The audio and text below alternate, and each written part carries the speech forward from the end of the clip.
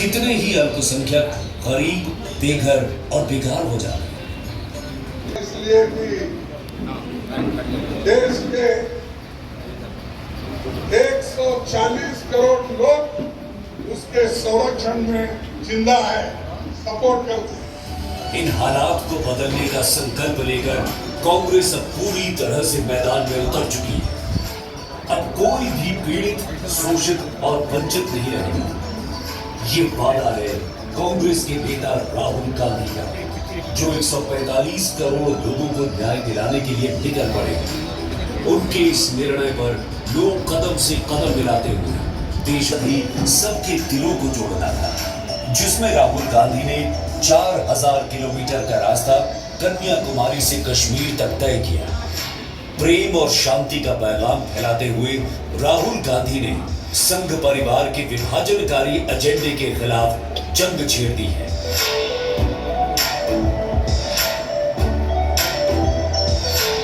नफरत के बाजार में मोहब्बत की दुकान खोल रहा हूँ। अम्बेडकर जी की किताब पढ़ी है और उस किताब में मुझे इतना समीकरण नहीं दिखा, इसलिए अम्बेडकर जी के दिल में नफरत नहीं थी। तो ये देश और इस देश के सारे संविधान భారతీయులమైన మేము రాజ్యాంగాన్ని అత్యంత పవిత్రమైనదిగా ప్రపంచంలోనే మాకు సార్వభౌమత్య సామ్యవాద లౌకిక ప్రజాస్వామ్య గణతంత్ర రాజ్యాంగ ఆర్థిక రాజకీయ న్యాయాన్ని ఆలోచన భావ ప్రకటనను అంతస్తులోను అవకాశాల్లోను సమానత్వాన్ని కల్పించడానికి కుల మత ప్రాంత బాధ్యతలు రాజ్యాంగం కల్పించింది. ఇటీవల పరిణామాలు రాజ్యాంగ స్ఫూర్తిని దెబ్బతీస్తూ ప్రజాస్వామ్య విలువలు విభేదాలు సృష్టిస్తూ రాజకీయ మనుగడ కోసం రాజ్యాంగంలో అందరికీ సమాన హక్కులు కల్పించిన డాక్టర్ బాబాసాహెబ్ అంబేద్కర్ ఆశయాలను అమలు చేస్తూ మన గొప్ప రాజ్యాంగాన్ని కాపాడుకోవడానికి చిత్తశుద్ధి అహర్నిశలు కృషి చేస్తానని ప్రమాణం చేస్తున్నాను. జై భీమ్ జై సంవిధాన్ ప్రోగ్రామ్ని ఏఐసిసి ఇవ్వడం జరిగింది. రాహుల్ గాంధీ ఆదేశాల మేరకు ఈ ప్రోగ్రామ్ని డిజైన్ చేయడం జరిగింది. మనందరం కూడా ఈ ప్రోగ్రామ్ ఎందుకు చేస్తున్నాము అంటే, ఒకటి మనకి మహాత్మా గాంధీ గారు ఏఐసిసి అధ్యక్షుడిగా మరి ప్రమాణ స్వీకారం చేసి బాధ్యతలు స్వీకరించి నేటికి 100 సంవత్సరాలు పూర్తయింది. మరి భారతదేశానికి స్వాతంత్రం రావడానికి మరి కాంగ్రెస్ పార్టీనే పోరాడింది. మహాత్మా గాంధీ గారి ఆధ్వర్యంలో అనేక ఉద్యమాలు చేశాం. మరి ఆ స్ఫూర్తిని కొనసాగిస్తూ వారిని స్మరించుకుంటూ వారు ఈ భారతదేశ స్వతంత్రం కోసం చేసిన త్యాగాలని, చేసిన ఉద్యమాలని, ఆనాటి కాంగ్రెస్ పార్టీ నాయకులు చేసిన త్యాగాలని, ఉద్యమాలని మరి ప్రజలకు తెలియజేస్తూ మనం జై బాపు అనే అంశాన్ని తీసుకోవడం జరిగింది. మరొక అంశం జై భీమ్. మరి ఈరోజు మనం ప్రతి చోట హక్కుల గురించి మాట్లాడగలుగుతున్నాము అంటే మనకి రాజ్యాంగం ఉంది కాబట్టి.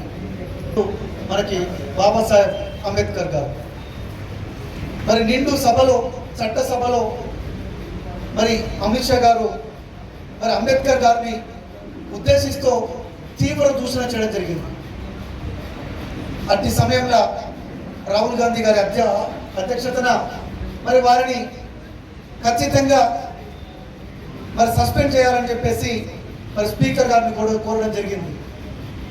పార్లమెంట్లో నిరసన తెలిపారు, రాజ్యసభలో నిరసన తెలిపారు, దేశవ్యాప్తంగా మనందరం కూడా కార్యక్రమాలు చేశాం.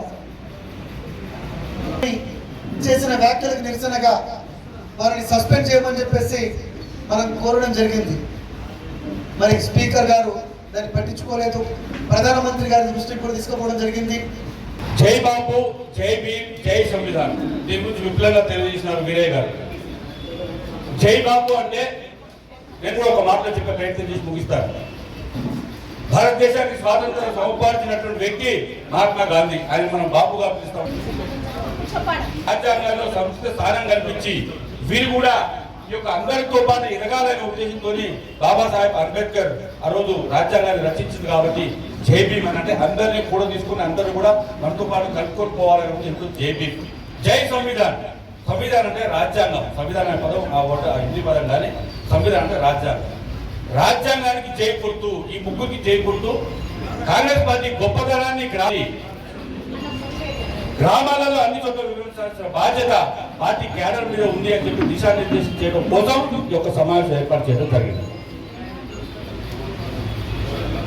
30 రాష్ట్రాలు, 5,97,608 గ్రామాలు, 7,933 పట్టణాలు వెరసి జనాభా ఎంత తెలుసా? అప్రాక్సిమేట్ 142 కోట్ల జనాభా. అందరం కలిసి భిన్నత్వంలో ఏకత్వం లాగా భారతదేశ సార్వభౌమాధికారాన్ని కాపాడుకుంటూ వస్తా ఉన్నాం మనం. ఈ సందర్భంలో 10 సంవత్సరాల క్రితం భారతీయ జనతా పార్టీ కేంద్రంలో అధికారంలోకి వచ్చింది. అధికారంలోకి వచ్చిన దగ్గర నుంచి కూడా మంచిగా సోదర భావంతో కలిసిమెలిసి బతుకుతా ఉంటే, కలిసిమెలిసి జీవిస్తూ ఉంటే, భారతీయ జనతా పార్టీ అధికారంలోకి వచ్చిన తర్వాత వర్గ వైషమ్యాలు సృష్టించింది.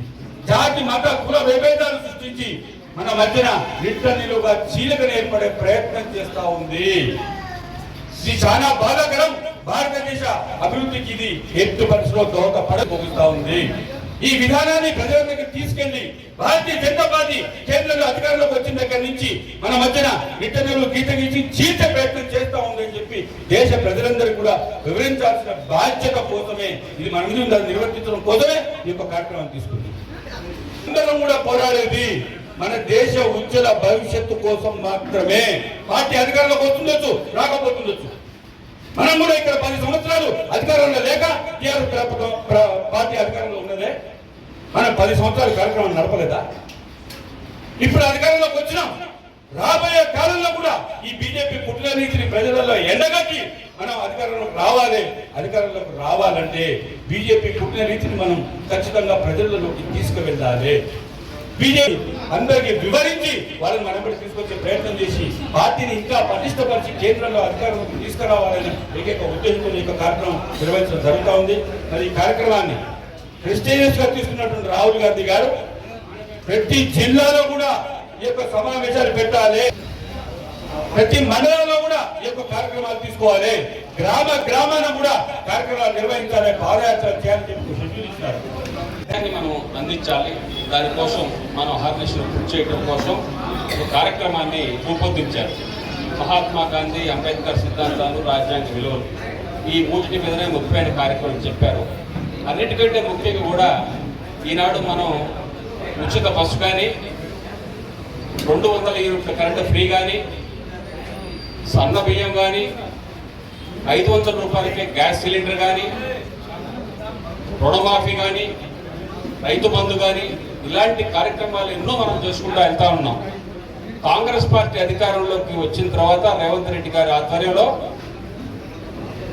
ఈనాడు 58,700 చిల్లర ఉద్యోగస్తుల్ని నియమించడం జరిగింది. గత 10 సంవత్సరాల్లో ఒక్క ఉద్యోగం ఇచ్చిన దాఖలాలు లేవు. వాళ్ళు చెప్తున్నాయని కూడా చేస్తున్నాయని చెప్తా లేదు. ముఖ్యమైన కారణం ఈ కోఆర్డినేషన్ పొరబడిందనే ఉద్దేశంతోనే పిసిసి కార్యక్రమాన్ని ప్రవేశపెట్టింది. వాస్తవంగా మనం చేస్తున్న కార్యక్రమాలు, మన అన్న కార్యక్రమాలు అన్నీ కూడా చేస్తూ ఉన్నాం. ఏ ఒక్కటి కూడా మనం మర్చిపోలేదు. ప్రతిదీ రేపు పొద్దున సన్నబేయం ఇస్తూ ఉన్నాం, ఉచిత కార్డు ఇస్తూ ఉన్నాం, ఇందిరమ్మ ఇళ్ళు ఇస్తూ ఉన్నాం, సామాన్యులకి, బీసీ, ఎస్సీ, ఎస్టీ, మైనారిటీలకి 5 లక్షల వరకు రుణాలు ఇస్తూ ఉన్నాం. అట్లా దీనిలో భాగంగానే భారతదేశంలో ఎక్కడ ఎవరు సాధించలేని విజయాన్ని మన తెలంగాణ ప్రభుత్వం సాధించింది అంటే 42% బీసీలకి మన హక్కును మనకు కల్పించింది.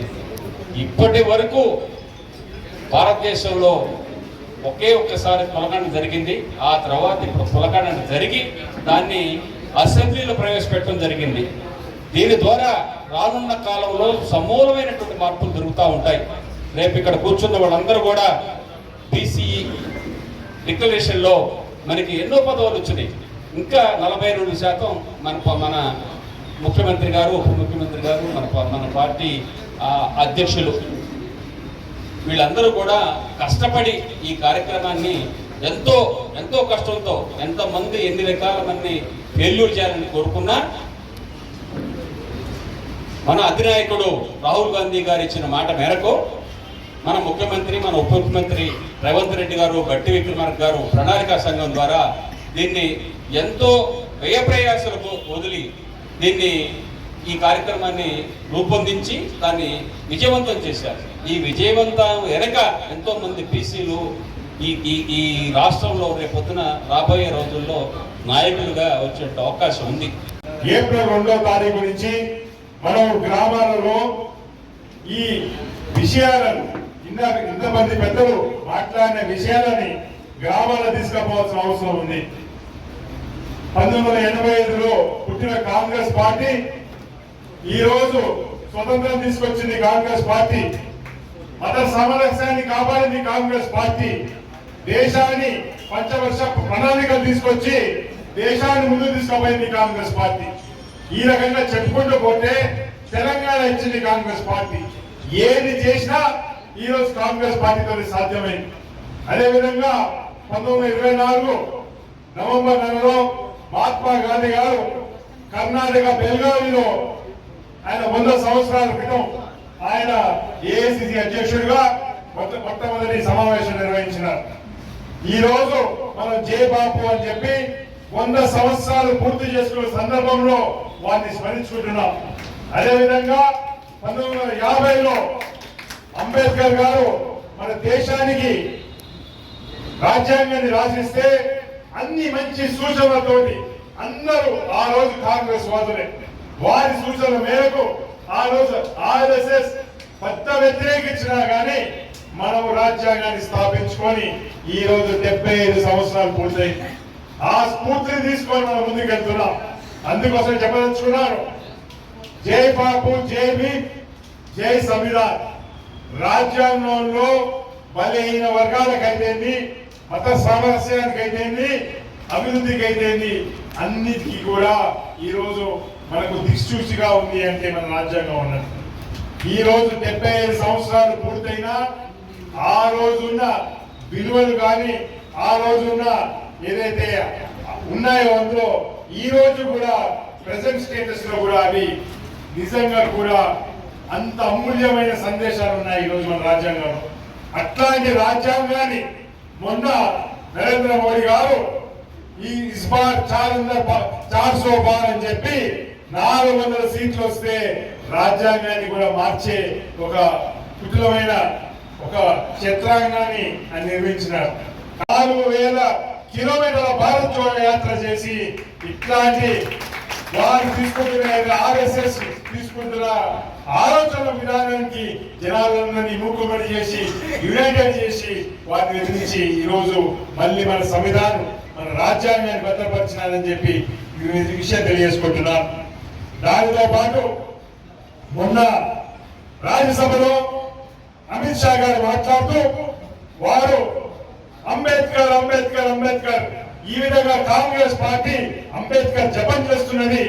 జపం చేసి వారు అదే జపాన్ని దేవుడి పేరు కనుక స్మరిస్తే కాంగ్రెస్ నాయకులు పుణ్యం వస్తుంది, స్వర్గం ప్రాప్తిస్తుందని చెప్పి హేళన చేసి మాట్లాడినారు. అందుకోసం రాహుల్ గాంధీ గారు ఆ రోజే నిర్ణయం చేసుకున్నారు, దేశవ్యాప్తంగా రాజ్యాంగం ఉన్న విలువను, అంబేద్కర్ దేశానికి సేవ చేసిన సేవను, బాబు గారు దేశానికి చేసిన సేవను గ్రామ గ్రామం తీసుకుపోవాలని చెప్పి నిర్ణయించినారు. ఆ ఏప్రిల్ 2వ తారీఖు నుంచి చాలా మంది చెప్పినారు, కానీ వివరాల్లోకి వెళ్ళలేదు. ఒకటే నిమిషంలో వివరం చెప్తాను. ప్రతి మండలానికి ఏఐసిసి సూచన మేరకు పిసిసి నుంచి మనకు కిట్ వస్తుంది. అందులో ఏముంటుందయ్యా అంటే భారతదేశ జెండా, రాజ్యాంగం ఒక పుస్తకం, కాన్స్టిట్యూషనల్ బుక్, మహాత్మా గాంధీ గారి ఫోటో. ఈ 4 విషయాలని మనం ప్రతి గ్రామంలో తీసుకుపోవాలి. తర్వాత రిలే పద్ధతిలో అంటే మన గ్రామం అంతా పాదయాత్ర చేయాలి. డప్పు 500 రూపాయలు గ్యాస్ సిలిండర్ అయితేంది, రైతుల రుణమాఫీ అయితేంది, ఇప్పుడు ఇవ్వబోతున్న ఇంధన బిల్లులు అయితేంది, 500 రూపాయలు బోనస్ అయితేంది, ఈ రకంగా ఎన్నో కార్యక్రమాలు చేసినాం. ఆ కార్యక్రమాలన్నీ వివరిస్తూ డప్పు కొడుతూ మన జెండాతోటి మన ఈ ఫోటోలు పెట్టుకొని గ్రామంలో తిరగాలి. గ్రామం అయిపోయిన తర్వాత ఈ గ్రామ శాఖ అధ్యక్షుడు ఆధ్వర్యంలో వచ్చే గ్రామం వరకు వాళ్ళ పొలిమేర వరకు మనం పోయి వారికి ఇవి హ్యాండ్ ఓవర్ చేసి రిలే పద్ధతిలో వారికి ఇస్తే మళ్ళీ వాళ్ళు అదే గ్రామంలో తిరుగుకుంటూ మళ్ళీ ఇంకో గ్రామానికి వెళ్తారు. అంటే మనం ఎక్కడికి పోయినా కానీ మన గ్రామ శాఖ ఆధ్వర్యంలో ఈ కార్యక్రమం నిర్వహించుకోవాలి. మండలం అంతా కూడా పొద్దున 2 గ్రామాలు, సాయంత్రం 2 గ్రామాలు ఈ విధంగా చేసుకొని మండలం మొత్తం పూర్తయిన తర్వాత ప్రతి మండల హెడ్ క్వార్టర్ లో ఒక మీటింగ్ పెట్టుకుంటాం. దానితో పాటు ఇందాక అంజద్ భాయ్ గారు మాకు మంచి సలహా ఇచ్చినారు. తెలుగులో దీన్ని అనువదించాలని చెప్పి వీడియోని కూడా తెలుగులో అనువదించి, ఎందుకంటే ఆ వీడియోని తెలుగులో చూస్తే నాకు హిందీ అర్థమైందని చెప్పి వీడియో చూసి అర్థం చేసుకున్నాం. మొత్తం వెంట్రుకలు నిక్కబొచ్చే విధంగా, ఇంకో రకంగా కాదు కానీ ఇంత గర్వం అనిపిస్తుంది. ఎందుకంటే మీ అందరికీ తెలుసు 4 తరాల నుంచి మీరు కాంగ్రెస్ పార్టీ, ముత్తాత కాంగ్రెస్, తాత కాంగ్రెస్, ప్రధాన కాంగ్రెస్, నాన్న కాంగ్రెస్, మీరు కాంగ్రెస్. ఎంతో గర్వం అనిపిస్తుంది ఇట్లాంటి కాంగ్రెస్ పార్టీలో భాగం అయినందుకు. అందుకోసమే ఆ వీడియోని తప్పకుండా తెలుగులో అనువదించి దానితో పాటు గ్రామాల్లో పోయినప్పుడు మనం డిజిటల్ స్క్రీన్స్ ఏర్పాటు చేద్దాం. మొబైల్ డిజిటల్ స్క్రీన్స్ గ్రామం అంతా కూడా వీక్షించే విధంగా ఆ విధంగా చేసుకుంటూ పోతే మన యొక్క ఉద్దేశం వాళ్ళకి చేరుతుంది. దానితో పాటు పెద్దలు ఇందాక మాట్లాడినారు బీసీ కులగణన, దానితో పాటు ఎస్సీ కేటగరైజేషన్ గురించి. దేశంలోనే ఏ రాజ్యాంగంలో కూడా ఎవరు కూడా ఏ రాష్ట్రంలో చేయలేని చర్యను మన ముఖ్యమంత్రి రేవంత్ రెడ్డి గారు ఇక్కడ చేసి చూపించారు. వారి మంత్రివర్గం, భట్టి విక్రమార్క గారు అయితేంది, వారి మంత్రివర్గ సహజంలో అయితేంది, అందరూ కూడా బ్రహ్మాండంగా చేసి చూపించినారు.